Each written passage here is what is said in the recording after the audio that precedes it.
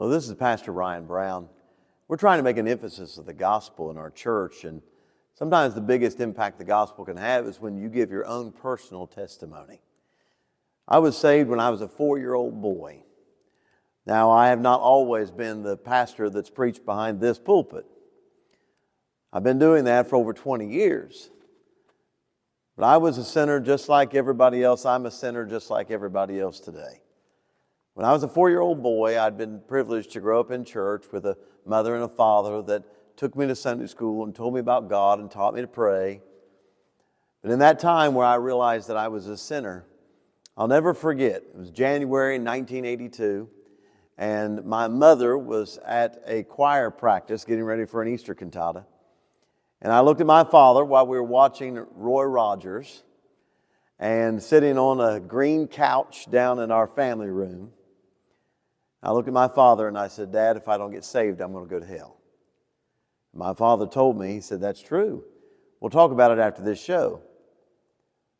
Now, he was recognizing my age and knowing that we needed to have a little consistency. I looked at him, I said, "Dad, I could die during this show. I need to be saved right now." I'll never forget my father leading me to the Lord as a 4-year-old boy. I'll never forget the time that I trusted Christ as my Savior. And then, just after that, I remember my mother coming home from choir practice and pulling into our garage, and I ran outside, and she pulled her car in, and I saw the dome light up, and I remember all those things. The amazing thing, though, is not just I remember a moment in which I was saved, I can give you the testimony of a life that was changed because of Jesus Christ. All of my life, I can say that the Lord's led me, the Lord's blessed me, God's helped me. In the darkest valleys and the most troublesome storms, God has always been faithful. Now, after 40 plus years of living the Christian life and being a child of God, I can look back to that one day where I know that I trusted Jesus Christ as my Savior.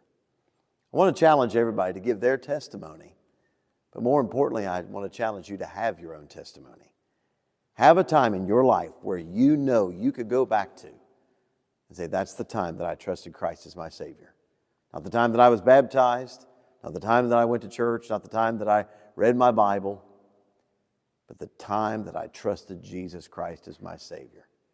Make sure you have those dates, those times, bedrock in your soul. God bless you. I encourage you to give your testimony to everybody that God will allow. God bless you.